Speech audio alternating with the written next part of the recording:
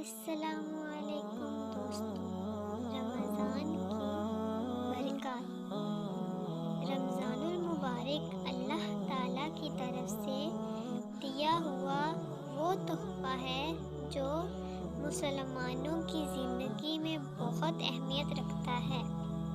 رمضان عبادت کا مہینہ ہے جسے اللہ تعالیٰ نے ہمارے لیے رحمت بنا کے بھیجا ہے۔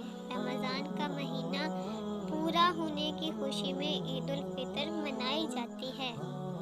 اس مبارک مہینے میں چاروں طرف نور برستا ہے، ایسا لگتا ہے اللہ کی رحمت اور برکتوں کو ہم اپنی آنکھوں سے دیکھ رہے ہیں۔ اللہ تعالیٰ خود ارشاد فرماتے ہیں، اے میرے بندے، تم نے میرے لیے روزہ رکھا ہے اور میں ہی اس کا اجر تمہیں اس دنیا میں بھی دوں گا اور آخرت میں بھی دوں گا۔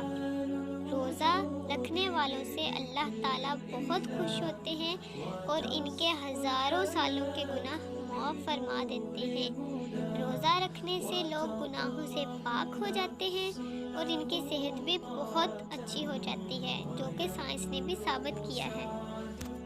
شخص کو سائنس کی طرف سے کینسر کا علاج ڈھونڈنے پر انعام دیا گیا۔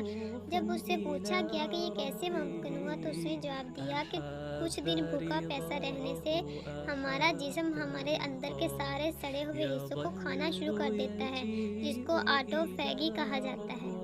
اللہ کی رحمت۔ پیارے دوستو، اللہ تعالیٰ نے ہم پر روزے کو فرض کیا تاکہ ہم عبادت بھی کر سکیں اور ہماری صحت بھی اچھی رہے۔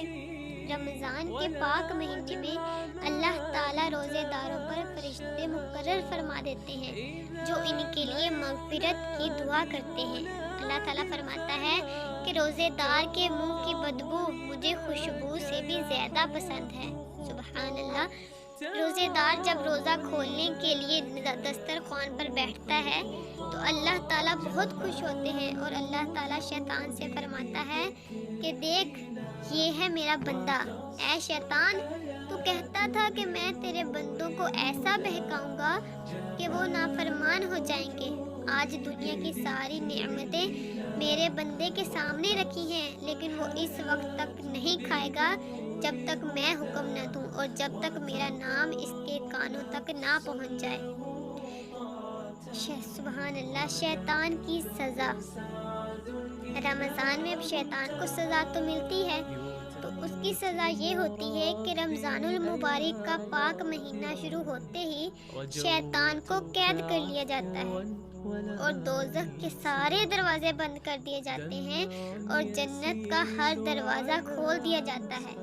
اللہ تعالیٰ ایک فرشتہ مقرر کرتے ہیں جو آواز لگاتا ہے کہ اے اللہ کے نیک بندو، نیکی کے راستے پہ چلو اور صرف اللہ کی عبادت کرو، اور یہ بھی آواز لگاتا ہے کہ اے بدی کرنے والوں، باز آ جاؤ اور اللہ تعالیٰ سے توبہ کر لو، بے شک وہ معاف کرنے والا رحمان ہے اور رحیم ہے۔